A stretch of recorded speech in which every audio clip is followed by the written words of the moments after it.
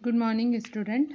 इसके previous lecture में हम लोगों ने ये देखा था कि किस तरीके से टपल रिलेशन कैलकुलस का यूज़ करके हम अपने टपल्स के थ्रू रिलेशनल कैलकुलस पर क्वेरी लिख सकते हैं। जैसे मैंने आप लोगों को बताया था कि हमारा जो रिलेशनल कैलकुलस है वो एक नॉन प्रोसीजरल क्वेरी लैंग्वेज है। तो नॉन प्रोसीजरल क्वेरी लैंग्वेज जब हम लिखते हैं तो उसमें हम सिर्फ यह बताते हैं कि क्या करना है। मतलब हम सिर्फ और सिर्फ वेरिएबल्स का यूज़ करके एक डिक्लरेटिव सिंटैक्स या कमांड दे देते हैं, बट कैसे करना है, किस तरीके से करना है, ये हम उसमें नहीं बताते हैं। तो हम लोगों ने देखा था कि हमारे पास जो रिलेशनल कैलकुलस है वो हम दो तरीके से यूज़ कर पाते हैं। एक होता है हमारा टपल रिलेशन कैलकुलस और दूसरा होता है हमारा डोमेन रिलेशन कैलकुलस। तो मैंने आप लोगों को प्रीवियस लेक्चर में टपल रिलेशन कैलकुलस में किस तरीके से क्वेरी लिखना है ये बताया था। आप लोग उस पर और एग्जाम्पल्स पर प्रैक्टिस करिए और जो रिलेशंस हैं आपके स्कीमास हैं उन पर टपल रिलेशन कैलकुलस की क्वेरी लिखने की प्रैक्टिस करते रहिए। अभी हम डोमेन रिलेशन कैलकुलस के बारे में डिस्कस करेंगे। तो जैसे मैंने बताया था आपको कि जब हम टपल रिलेशन कैलकुलस का यूज़ करते हैं तो हम वहाँ पर टपल्स में मतलब हम रोज़ पर अपने उन ऑपरेशंस को परफॉर्म करते हैं, उनके थ्रू हम क्वेरी लिखते हैं। यहाँ पर हम जो हमारी डोमेन है, हमारे टेबल की जो पूरी एक डोमेन है, उनके ऊपर हम यहाँ पर क्वेरी लिखेंगे। यहाँ पर डोमेन का मतलब है हमारे उस पूरे टपल का एट्रीब्यूट, जो कि उस पूरे टेबल का एट्रीब्यूट, जो हमारे रिलेशन में हमारे टेबल में जो एट्रीब्यूट दिया गया है, जो टेबल फील्ड दी गई है, हम उसके बेस पर यहाँ पर जो है अपना कैलकुलस का यूज़ करके हम क्वेरी लिखते हैं। तो जब हम डीआरसी यूज़ करते हैं तो जैसे जब हमने टपल रिलेशन यूज़ किया था तो हमने वहाँ एक टपल वेरिएबल क्रिएट किया था। उसी तरीके से जब हम डोमेन रिलेशन कैलकुलस की क्वेरी लिखेंगे तो हम यहाँ पर भी अपने डोमेन से रिलेटेड एक वेरिएबल डिफ़ाइन करेंगे। तो मैंने यहाँ पर कुछ सम एक्सप्लेनेशन पार्ट लिखा है आपके रिलेशनल कैलकुलस का, डोमेन रिलेशन कैलकुलस का। अ डोमेन रिलेशन कैलकुलस, जिसे शॉर्ट फॉर्म में डीआरसी कहा जाता है, DRC is a variable that comes in the range of the value of a domain. It means data type. मैंने आप लोगों को पहले ही कहा था हमारा डोमेन का मतलब होता है कि वो किस रेंज में बिलोंग करता है, ऑफ सम कॉलम्स, और यहाँ पर उन कॉलम्स को बोला जा रहा है एट्रीब्यूट। तो हम अपने उन एट्रीब्यूट्स जो हमारे टेबल्स में मौजूद हैं, जैसे कि मान लीजिए मेरे पास एक टेबल है स्टूडेंट, और उस स्टूडेंट में मेरा जो एट्रीब्यूट है वो है name, then age, then roll number. तो ये हमारे एट्रीब्यूट बनते हैं उस टेबल के। रोल नंबर, नेम और एज, ये हमारे एट्रीब्यूट हैं, और यही हमारे यहाँ पर इन्हीं एट्रीब्यूट्स को हम यहाँ पर बोल रहे हैं डोमेन।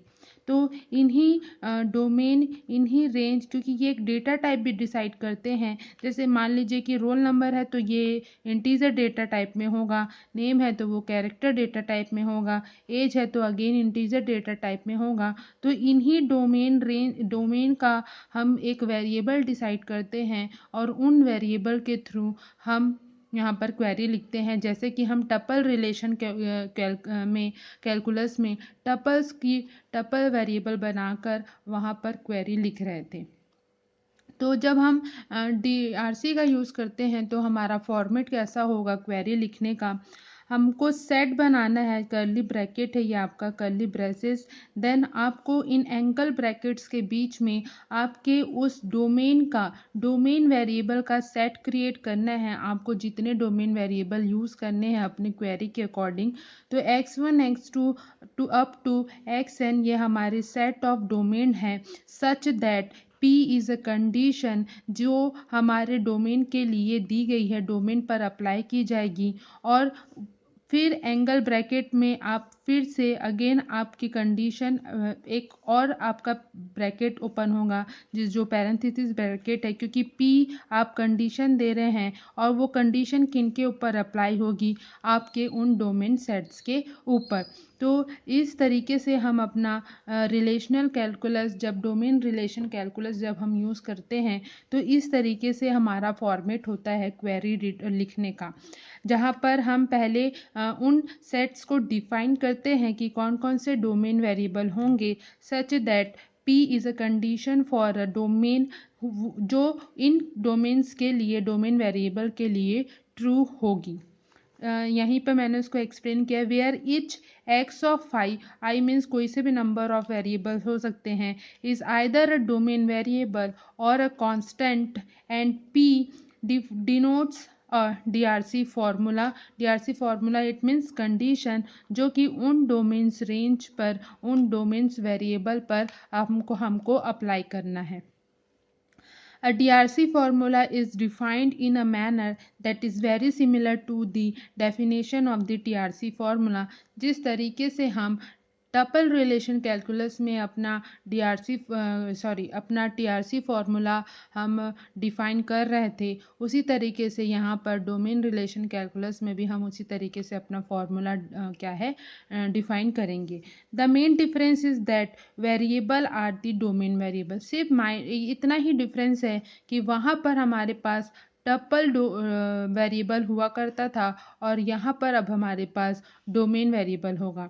तो जैसे मैंने यहाँ पर देखिए, मैंने एक एग्जांपल लिखा है कि हम किस तरीके से अपनी क्वेरी DRC में लिख सकते हैं। तो जैसे मैंने एक रिलेशन लिया है और वो रिलेशन में हमारे पास 3 एट्रीब्यूट्स हैं। एट्रीब्यूट्स यहाँ पर आपके टेबल फील्ड्स हैं। टेबल फील्ड्स और एट्रीब्यूट्स का मतलब एक ही होता है। तो हमारे 3 एट्रीब्यूट्स है, पहला है रोल नंबर, देन नेम और देन एज। और इन्हीं का डोमेन, ये हमारी डोमेन रेंज भी है, हमारी वेरिएबल की रेंज भी है कि वो क्या मतलब किस डेटा टाइप में बिलोंग करते हैं। तो इन्हीं के एट्रीब्यूट्स के ऊपर हम क्या करेंगे, अपना डोमेन वेरिएबल जो है वो बनाएंगे। तो मान लीजिए अगर मुझे ये कहा जा रहा है, मुझे ये क्वेरी दी गई है कि उस स्टूडेंट का रोल नंबर, नेम और एज फाइंड आउट करिए जिसकी एज 15 से ऊपर है, 15 साल से ऊपर है, तब हम अपना DRC फार्मूला किस तरीके से देंगे या DRC क्वेरी किस तरीके से लिखेंगे। देखिए यहाँ पे मैंने लिखा हुआ है हमारा कर्ली ब्रैकेट, देन हमारा उस एंगल ब्रैकेट में जो भी हमसे क्वेरी में पूछा गया, जैसे मैंने आपको बताया कि क्वेरी अगर हमको दी गई है कि रोल नंबर, नेम और एज निकालना है, तो मुझे 3 डोमेन वेरिएबल बनाने होंगे, उनके सेट्स बनाने होंगे। R is a domain variable for roll number and N is a domain variable for name attribute and A is a domain variable for age attribute। तो मैंने एक सेट डिफाइन किया है कि रोल नंबर, नेम और as का एक domain variable हम डिफाइन कर रहे हैं। देन सच डैट, उसके बाद हमारी कंडीशन स्टार्ट होगी, जैसा कि हमने यहाँ पे फॉर्मेट में देखा था। देन कंडीशन हमको किसके ऊपर अप्लाई करनी है, इन्हीं सेट्स ऑफ डोमेन के अंदर। तो हमने वो तीनों सेट्स, क्योंकि हमको तीनों फाइंड आउट करना है, R, N और A बिलोंग्स टू, कहाँ बिलोंग करते हैं, बिलोंग्स टू स्टूडेंट, हमारा स्टूडेंट रिलेशन है। कंडीशन हमने दी है एंड ए वे, जो कि एज एट्रीब्यूट का डोमेन वेरिएबल है, A is greater than and equals to 15। तो इस तरीके से हम अपना जो है डोमेन रिलेशन कैलकुलस का यूज़ करके हम कुछ इस तरीके से जो है क्वेरी को लिखेंगे। क्योंकि हमारी क्वेरी में पूछा गया था कि रोल नंबर, नेम और एज निकालना है किसी स्टूडेंट का, और कंडीशन थी हमारी कि एज जो है वो ग्रेटर देन या इक्वल हो 15 के। तो ये जो है हमारा जो क्वेरी मैंने आप लोगों को अभी बताई है, उसका आपका DRC फार्मूला, DRC क्वेरी होगी, जिसके अकॉर्डिंग हम उस एज के स्टूडेंट्स के नेम और रोल नंबर फाइंड आउट कर पाएंगे। इसके बाद हम नेक्स्ट अपनी डोमेन क्वेरी देखते हैं। नेक्स्ट जो है एग्जांपल देखते हैं डीआरसी से रिलेटेड। तो हमारा नेक्स्ट एग्जांपल है, मैंने सेम एग्जांपल यूज़ किया है जो मैंने टीआरसी में यूज़ किया था। तो यहाँ पर मैंने वही 6 जो रिलेशंस हैं, टेबल्स हैं, उनका यूज़ किया है। जिसमें से पहला है आपका ब्रांच नेम, जो कि ब्रांच नेम, ब्रांच सिटी और एसेट्स एट्रीब्यूट को रखता है। Then customer, loan, then borrower, account और डिपॉजिटर। तो ये 6 हमारे टेबल हैं और ये 6 उन सारे 6 टेबल्स के ये पूरे एट्रीब्यूट सेट्स हैं। अब हमारी नेक्स्ट क्वेरी हमको कहती है find the loan number, branch name and amount for loans of over 1500। तो ये क्वेरी हमने टीआरसी में भी यूज़ करी थी। उन्हीं क्वेरी को हम यहाँ पर डीआरसी में भी देख रहे हैं कि किस तरीके से लिखेंगे। तो यहाँ पर हमें उन लोन नंबर्स को, ब्रांच नेम को और अमाउंट को फाइंड करना है जो कि 1500 से ऊपर के लोन रखते हैं। तो सबसे पहले हम देखते हैं कि हमारे लिए कौन सा टेबल है जो इस क्वेरी के लिए यूज़ किया जाएगा। तो लोन टेबल वो रिलेशन वो होगा जिसमें ये सारी एट्रीब्यूट्स अवेलेबल हैं और ये सारी जो डाटास है मेरे को वहाँ से एक बार में मिल जाएंगी। तो यहाँ पर मेरे पास है लोन टेबल में लोन नंबर, ब्रांच नेम और अमाउंट। तो हम यहाँ पर लोन रिलेशन का यूज़ करेंगे, लोन टेबल का यूज़ करेंगे। तो क्वेरी देखते हैं। हमने क्वेरी लिखा है, देखिए मैंने एंगल ब्रैकेट, हमारा एंगल ब्रैकेट में मैंने लोन नंबर के लिए, ये लोन नंबर के लिए एक डोमेन वेरिएबल एल क्रिएट किया है, ब्रांच नेम के लिए डोमेन वेरिएबल बी क्रिएट किया है और अमाउंट के लिए डोमेन वेरिएबल ए क्रिएट किया है। देन फिर उसके बाद आफ्टर दैट सच दैट, अब हमको तीनों फाइंड आउट करना है तो हमको कंडीशन में तीनों वेरिएबल यूज़ करना है। L B A that belongs to the loan relation and where, हमारा जो कंडीशन है अमाउंट इज़ ग्रेटर देन 1500। तो ये जो कैलकुलस हमारा एक्सप्रेशन है, ये हमको जो भी जो लोन्स जो 1500 के ऊपर हैं उनकी सारी जानकारी हमको निकाल के देगा। हमने यहाँ पे सेलेक्शन के जैसा काम किया है, सेलेक्ट किया है। क्या क्या सेलेक्ट किया है? लोन नंबर, ब्रांच नेम और अमाउंट। अगर रिलेशनल अलजेब्रा से इसके जोड़ के देखें तो यहाँ पर हम सिलेक्शन का काम कर रहे हैं कि हमको लोन नंबर, ब्रांच और अमाउंट चाहिए। कहाँ? उस लोन टेबल से जहाँ पर जो अमाउंट है वो 1500 के ऊपर है। अब इसके बाद नेक्स्ट क्वेरी देखते हैं। नेक्स्ट क्वेरी में हमको बोल रहा है कि find all loan numbers for loans with an amount greater than 1500। अब हमको यहाँ पर ये स्पेसिफाई कर दिया है कि हमको क्या फाइंड आउट करना है। तो यहाँ पर हमको फाइंड करना है लोन नंबर और ऑल लोन नंबर्स हमको फाइंड आउट करना है। इसके प्रीवियस क्वेरी में हमने देखा था, हमने पूरे एट्रीब्यूट को सेलेक्ट किया था, लोन नंबर को, ब्रांच नेम को और अमाउंट को। लेकिन इस क्वेरी में हमको स्पेसिफाई कर दिया है कि find all loan number for a loans with an amount, condition के बेस पर जिसकी अमाउंट 1500 से ऊपर है। तो अगेन हम जब क्वेरी लिखेंगे तो यहाँ पर एंगल ब्रैकेट में ये हमारा आउटपुट वेरिएबल है जो कि उस लोन नंबर को लेकर आएगा। देन देखिए यहाँ पे मैंने आउटपुट वेरिएबल सिर्फ अब आप समझ गए होंगे कि मैं क्या कहना चाह रही थी। इसके प्रीवियस क्वेरी में ये जो है ये आउटपुट वेरिएबल है जो हमको as a output resultant variable है जो हमको एज अ रिजल्ट चाहिए, मतलब जिनके बेस पर वो कॉलम या वो डाटा हमको चाहिए। तो वो हमेशा सच दैट जो हमारा बार है उसके हमेशा पहले होंगे, उसके हमेशा पहले लिखे जाएंगे। तो ये हमारे वो रिजल्टेंट वेरिएबल है जो हमको आउटपुट देंगे।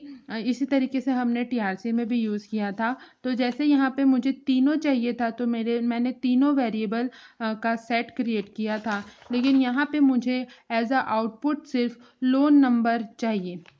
तो यहाँ पर अगेन हमारे पास same table loan table use होगा और इस लोन टेबल में हमको सिर्फ और सिर्फ लोन नंबर फाइंड आउट निकालना है एज अ आउटपुट। और हमको एक वेरिएबल यूज़ करना है अमाउंट कंडीशन के लिए। तो यहाँ पर देखिए मैंने यहाँ पे थोड़ा सा ध्यान दीजिए, यहाँ पे मैंने एक वेरिएबल बनाया है जो कि लोन नंबर को डिनोट कर रहा है for sorry such that there exist, जहाँ पर देयर एग्जिस्ट का मतलब है यहाँ पर प्रोजेक्शन से हम यहाँ पे प्रोजेक्ट कर रहे हैं। आप लोग ने रिलेशनल अलजेब्रा की क्वेरी अगर देखी है तो वहाँ पर हम जब प्रोजेक्शन करते थे तो हम पर्टिकुलर किसी कॉलम को सेलेक्ट करते थे। तो यहाँ पर भी हम पर्टिकुलर एक कॉलम को सेलेक्ट कर रहे हैं, इसलिए हमने यहाँ पर देयर एग्जिस्ट सिंबल यूज़ किया है। क्योंकि प्रोजेक्शन का जो फ्लेवर है मतलब प्रोजेक्शन का जो फीचर है वो हमको देयर एग्जिस्ट सिंबल देता है। तो there exist B is a domain variable of the branch name and A is a domain variable of the amount. और देन उसके बाद हमारी कंडीशन है, हमने सेट क्रिएट किया है LBA। जो तीनों वेरिएबल जो हैं वो बिलोंग करते हैं कौन से टेबल में, लोन टेबल में। और उसके बाद हमारी कंडीशन है and where A is greater than 1500। तो इससे हमारा ये जब क्वेरी ये कंडीशन के बेस पे जब ये एक्सेस होगा तो L वो लोन नंबर जो रिजल्टेंट आउटपुट है L वेरिएबल के थ्रू हमको दिखेगा। सबसे बड़ी बात तो ये है कि ये जो क्वेरीज हैं ये इन अ प्रैक्टिस वे हम यूज़ नहीं कर सकते। इन्हें हम सिर्फ यहाँ पर डिक्लेयर कर रहे हैं, डिफाइन कर रहे हैं, बता रहे हैं, क्योंकि ये हमारा जो है non procedural programming sorry non procedural query language का पार्ट है। अगर हमें जो इन सब क्वेरीज को एक्सेस करना है तो मैंने पहले ही आप लोगों को बताया कि हमें एसक्यूएल का यूज़ करना होगा, एसक्यूएल लैंग्वेज का यूज़ करना होगा, जो इन प्रैक्टिस हम अपने डाटाबेस पर अप्लाई कर सकते हैं। नेक्स्ट हमारी थर्ड क्वेरी है, सेम टेबल पे मैंने नेक्स्ट क्वेरी अप्लाई की है। Find the name of all customers who have a loan from the Pune branch and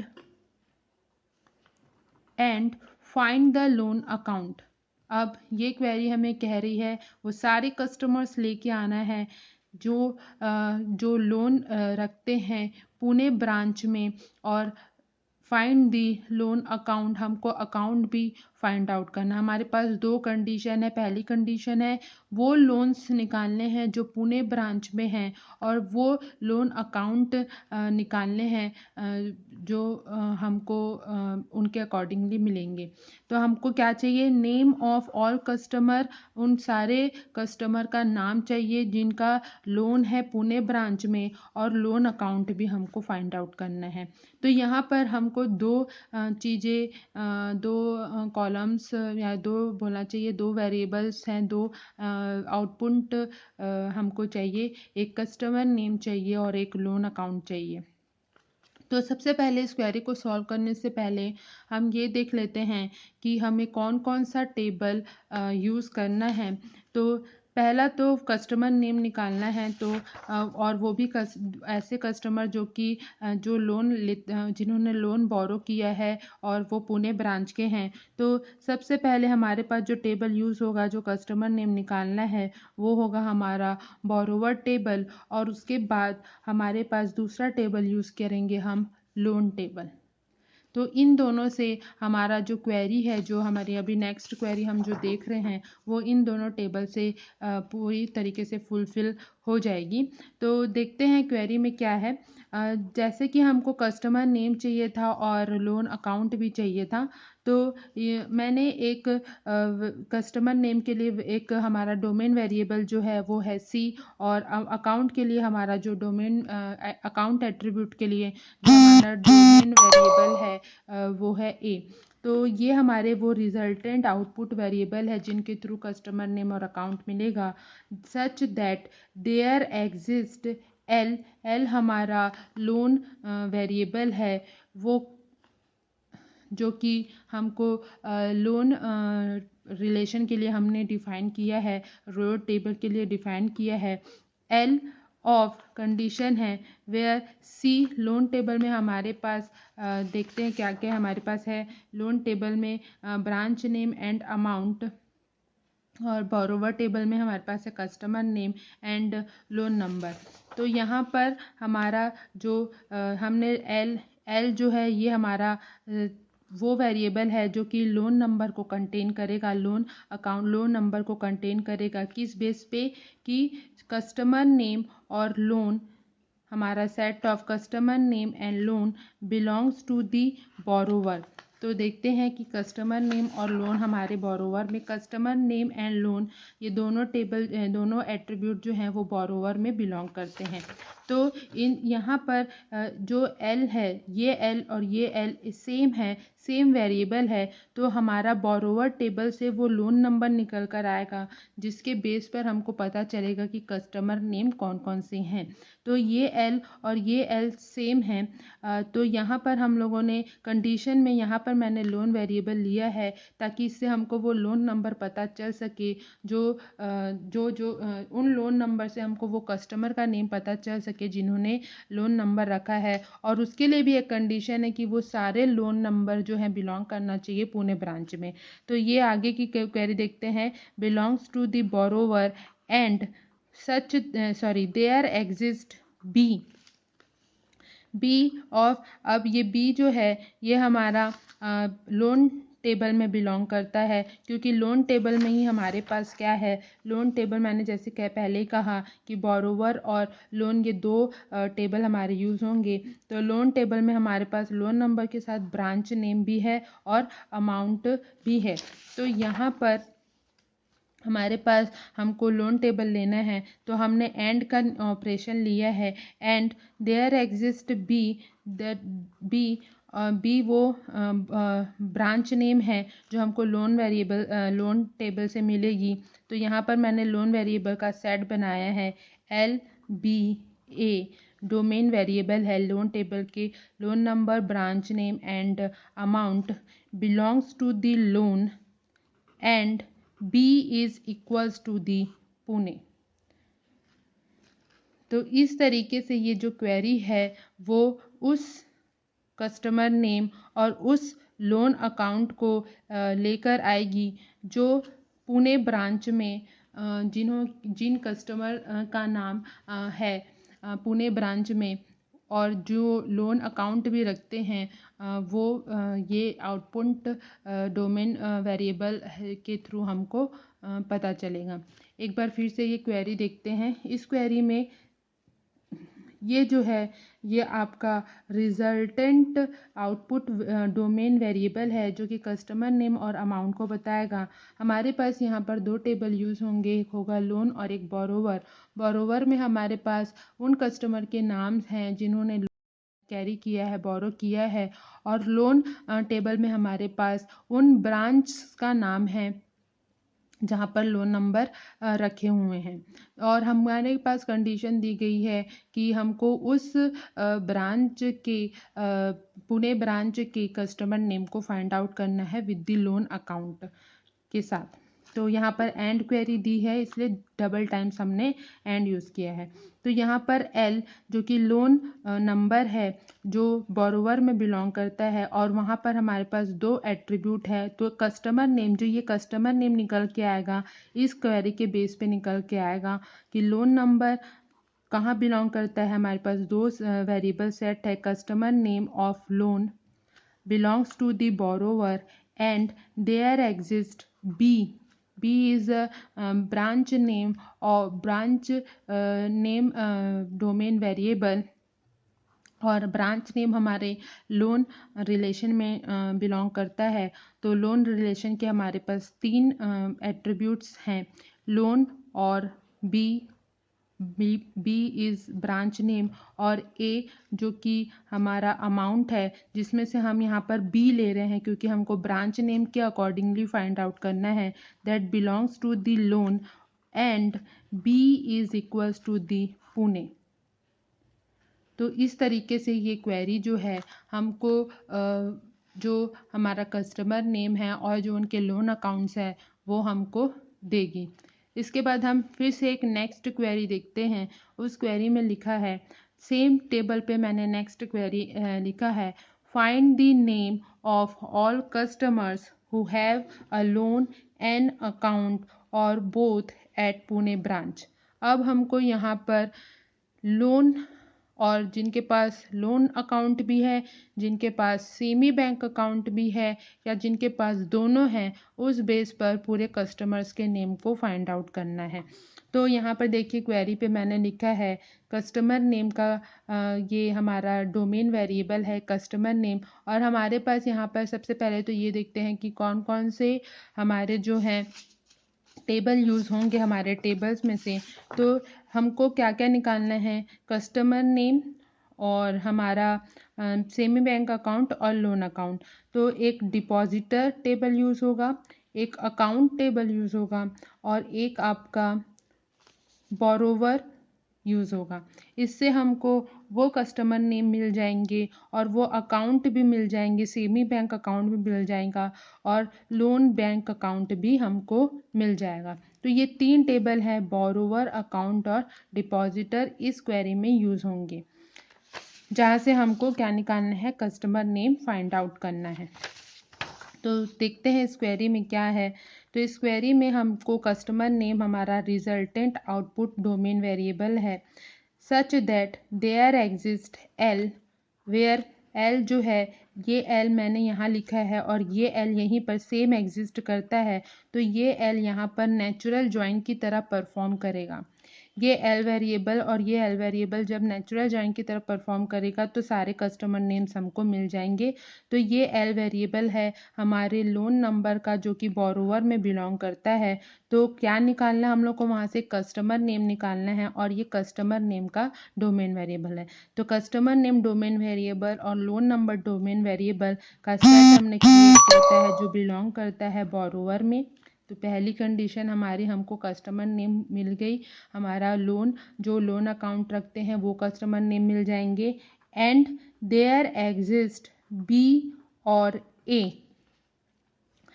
अब हमारे पास यहाँ पर हम बी और ए फाइंड आउट कर रहे हैं, बी और ए। बी जो है हमारा ब्रांच नेम है और ए जो है हमारा अमाउंट है। तो यहाँ पर देखिए, यहाँ पर ये बी और ए लिया है और हमारे पास जो ब्रांच नेम और अमाउंट है वो लोन नंबर में बिलोंग करता है। तो ये बी और ए के बेस पर, जिसमें बी हमको बोला गया है कि उन लोन नंबर्स को निकालना है, अकाउंट्स को निकालना है जो पुणे ब्रांच में है, तो हमको लोन टेबल यूज़ करना होगा। तो बी और ए हमारे वो वेरिएबल है, ये दोनों फिर यहाँ पर नेचुरल जॉइन की तरह काम करेंगे। नेचुरल जॉइन हम लोगों ने रिलेशनल अलजेब्रा में पढ़ा है, तो नेचुरल जॉइन की तरह काम करेंगे। B A, there exist B A, condition है उनके ऊपर, हमने वेरिएबल का सेट डिफाइन किया है, L B A. L is a loan number, B is a branch name variable और A is a amount variable belongs to the loan. And B की condition है कि बी इज़ इक्वल्स टू क्या होना चाहिए, पुणे। तो पुणे ब्रांच के जितने भी मेंबर्स हैं उनकी वैल्यू हमको यहाँ से मिलेगी। तो ये हमारा जो पहला कंडीशन है, ये यहाँ पर पहला कंडीशन जो है वो सेटिस्फाइड होता है। उसके बाद हमारा जो नेक्स्ट कंडीशन है वो कह रहा है और बोथ मतलब दोनों अकाउंट होने चाहिए, दोनों होने चाहिए। तो यहाँ पर हम लोगों ने और की कंडीशन लगाई है। और देयर एग्जिस्ट ए, ए जो है वो आपका ए के हमारे जो डिपॉजिटर हमारा टेबल है वहाँ पर हमारे पास कस्टमर नेम है और अकाउंट नंबर है। तो यहाँ से हमको वो सेमी बैंक अकाउंट नंबर यहाँ से हमको मिलेगा। तो ए से हमको सेमी बैंक अकाउंट नंबर मिलेगा और उनसे हमको क्या निकालना है, कस्टमर नेम। तो कस्टमर नेम और ए, कस्टमर नेम का वेरिएबल है सी, ए जो है वो हमारे अकाउंट वेरिएबल है, बिलोंग्स टू द डिपॉजिटर। और इसके साथ एक क्वेरी और लिखी है यहाँ पर मैंने, एंड ऑपरेटर का, and there exist B comma N, जो कि हमारा अकाउंट टेबल है। तो अकाउंट टेबल में भी हम देख रहे हैं कि हमारे पास जो हमारे जितने भी अकाउंट है वो पुणे ब्रांच से पूरे ब्रांच में बिलोंग करते हैं कि नहीं करते हैं। तो उसके लिए यहाँ पर बी जो है वो ब्रांच नेम है, और एन जो है, एन यहाँ पर एक दूसरा वेरिएबल है, एक दूसरा वेरिएबल मैंने डिक्लेयर किया है एन, क्योंकि यहाँ पर भी हमारे पास ए मौजूद है और यहाँ पर भी हमारे पास ए मौजूद है। तो यहाँ पर हमने एक दूसरा वेरिएबल लिया है एन, जो कि आपके अकाउंट टेबल, हम अकाउंट टेबल देखते हैं, हमारा अकाउंट टेबल बोलता है customer name, branch name and balance. तो यहाँ पर जो है जो हमारा एन है वो हमारा जो कस्टमर बैलेंस है उसको डिनोट करेगा, क्योंकि बी भी यहाँ पर डबल हो जाएगा, क्योंकि यहाँ पे बी भी दिया है और फिर मैं यहाँ बी लिखूँगी तो बी भी डबल हो जाएगा। इसलिए हमको एक ही वेरिएबल को बार बार यूज़ नहीं करना है, हमारे लिए हर एट्रीब्यूट के लिए डिफरेंट डिफरेंट वेरिएबल होना चाहिए। तो ए हमारा अकाउंट वेरिएबल में देखिए, ए जो है वो यहाँ पर अकाउंट में हमारा ब्रांच नेम बी को डिनोट करता है। ए जो है हमारा अकाउंट वेरिएबल है और एन जो है वो हमारा बैलेंस वेरिएबल है। तो बी भी हमको डबल यूज़ नहीं करना है। तो यहाँ से हमको उस ए बी एन जो बिलोंग करता है अकाउंट में, और किस बेस पे वैल्यू निकल कर आएगी, पुणे ब्रांच के बेस पर वो वैल्यू निकल कर आएगी। तो कुछ इस तरीके से जो है हमारा डोमेन रिलेशन कैलकुलस में कुछ इस तरीके से हम जो है क्वेरी लिखते हैं। अगर मान लीजिए यहाँ पर एंड की कंडीशन होती, अगर यहाँ पे जैसे और दिए है, अगर यहाँ पे मान लीजिए एंड की कंडीशन अगर होती, एंड हमको कहता, तो हम यहाँ पर इसको रिप्लेस कर देते ओनली एन एंड ऑपरेटर से, और ये क्वेरी हमारी एंड के लिए, एंड कंडीशन के लिए सेटिस्फाइड हो जाती। तो इस तरीके से जब इस क्वेरी को हम एक्सेस, मतलब जब क्वेरी को लिखेंगे, जब क्वेरी यूज़ करेंगे, तो हमारे वो सारे कस्टमर नेम निकल आएंगे जो कि लोन अकाउंट भी रखते हैं और सेमी बैंक अकाउंट भी रखते हैं, और दोनों रखते हैं एट दी पुणे ब्रांच। हमको कंडीशन में दिया है, इसलिए यहाँ पर हम लोगों ने अकाउंट टेबल भी यूज़ किया है कि अगर कोई कस्टमर अकाउंट सेमी अकाउंट रखता है, तो सेमी अकाउंट में जो उसका ब्रांच नेम है वो क्या होना चाहिए, पुणे होना चाहिए। और जो यहाँ पर एन है, ये हमारा एक अनदर वेरिएबल है जो मैंने बैलेंस के लिए यूज़ किया है, क्योंकि यहाँ पर बी इज़ ब्रांच नेम को डिनोट कर रहा है, और अगर मैं फिर से बी यूज़ करूँगी तो वो बैलेंस को डिनोट करेगा। इसलिए यहाँ पर हम डबल, एक ही वेरिएबल को डबल टाइम्स ना लिख के मैंने यहाँ पर एन के लिए बैलेंस यूज़ किया है। और ये जो ए है ये हमारा अकाउंट है, अकाउंट नंबर है जो हमारे डिपॉजिटर में भी मौजूद है और यहाँ पर भी मौजूद है। तो ये एक जो है वो नेचुरल जॉइन परफॉर्म करेगा। तो इस तरीके से हमारा जो है रिलेशनल कैलकुलस का जो टॉपिक है वो कंप्लीट होता है। हमने अपने रिलेशनल कैलकुलस में दोनों तरह से क्वेरी करना सीखा है, बाय द टपल और by the domain.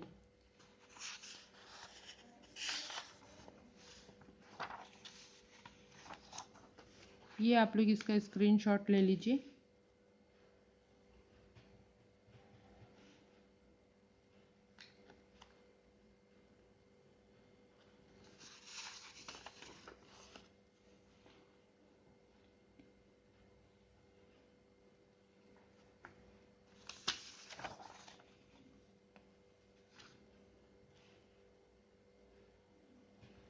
Okay, thank you student. और आप सभी रिलेशनल कैलकुलस और रिलेशनल अलजेब्रा के जो क्वेश्चन हैं वो अपने और भी एग्जांपल्स के साथ प्रैक्टिस करते रहिए। इसके बाद हमारा जो नेक्स्ट टॉपिक है वो है स्ट्रक्चर क्वेरी लैंग्वेज का। तो हम उस पर नेक्स्ट वीडियो लेक्चर में उस पर क्रिएट करूँगी। Okay, thank you student.